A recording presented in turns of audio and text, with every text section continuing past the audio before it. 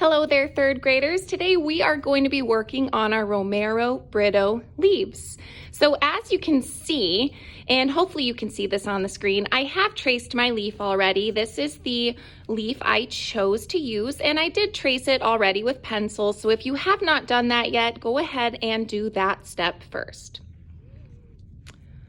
Once the leaf is traced with pencil, we are going to go in with some black crayon. So the very first thing you need to do with your black crayon is put your name and class code on the bottom right corner. So that would be down here.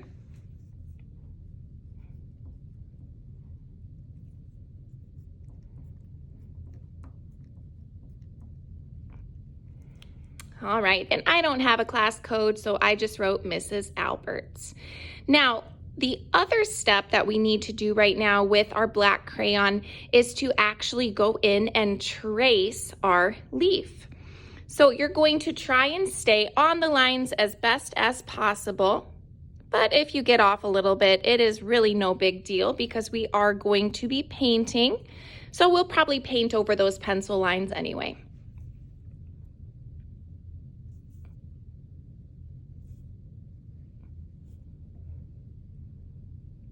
But I am trying to stay on the lines as best as possible.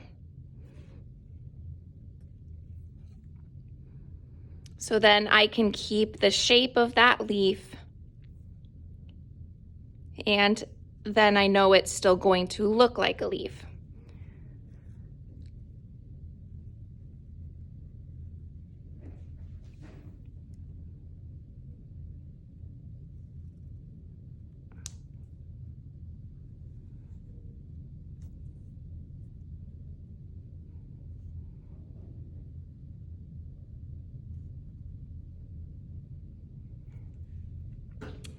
And now I'm finished.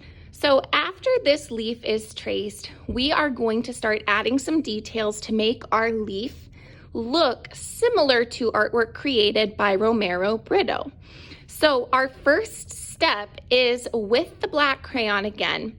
We are going to be making some different lines and different sections inside the leaf and outside the leaf.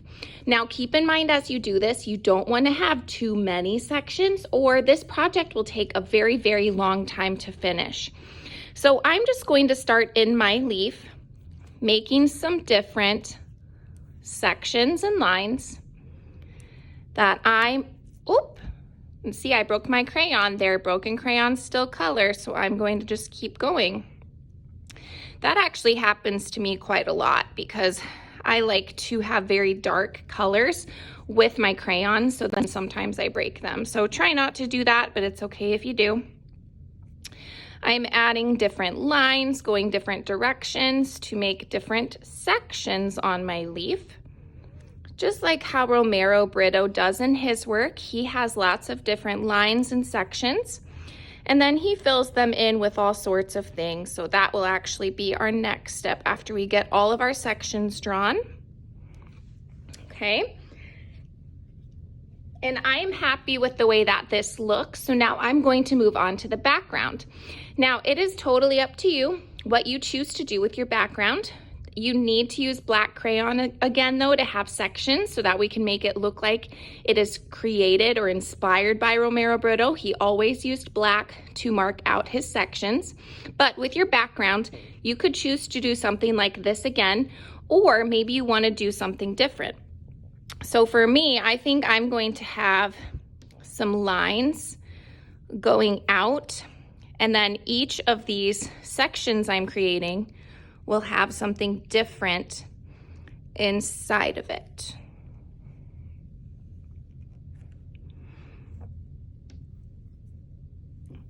So I'm acting like there's something in the center here and all my lines are coming out from it.